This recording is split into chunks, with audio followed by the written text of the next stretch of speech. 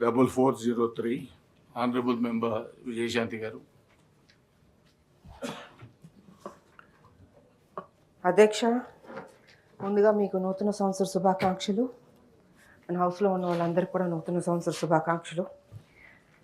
తెలంగాణ ప్రజలందరూ సంతోషంగా హ్యాపీగా ఉండాలని ఆ దేవుడిని నేను కోరుకుంటున్నాను. అధ్యక్ష, మీ ద్వారా నేను మంత్రి గారిని కోరుతున్నాను. గృహజ్యోతి అనే పథకం చాలా మంచి పథకం.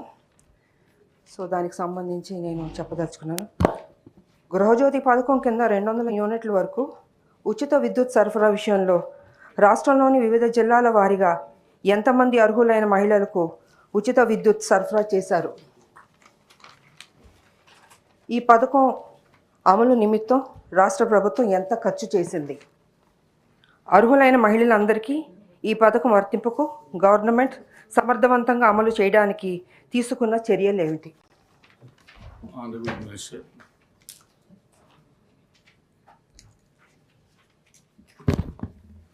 అధ్యక్ష, రాష్ట్ర ప్రభుత్వం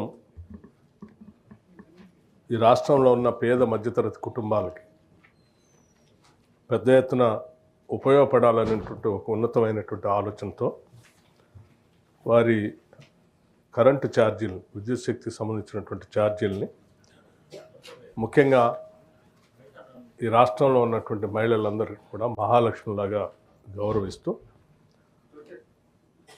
200 యూనిట్ల లోపల వరకు వాడకందారులందరికీ కూడా ఉచితంగా కరెంట్ ఇవ్వాలనేటువంటి ఆనాటి కాంగ్రెస్ పార్టీ యొక్క ఆలోచనల్ని ఇచ్చినటువంటి హామీలని అమలు చేస్తూ ఇప్పుడున్నటువంటి ప్రభుత్వం ఈ 200 యూనిట్ల వరకు పెద్ద ఎత్తున రాష్ట్ర వ్యాప్తంగా అమలు చేస్తున్నటువంటి మాట వాస్తవం అధ్యక్ష.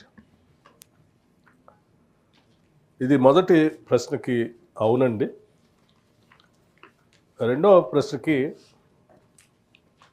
ఇది కుటుంబంలో ఉన్నటువంటి కుటుంబాన్ని యూనిట్గా తీసుకొని ఇస్తున్నాం కాబట్టి మహిళలందరికీ వర్తిస్తున్నట్టే ఇది 200 యూనిట్ల లోపల వాడకందారులందరికీ. సో దీనికి సంబంధించి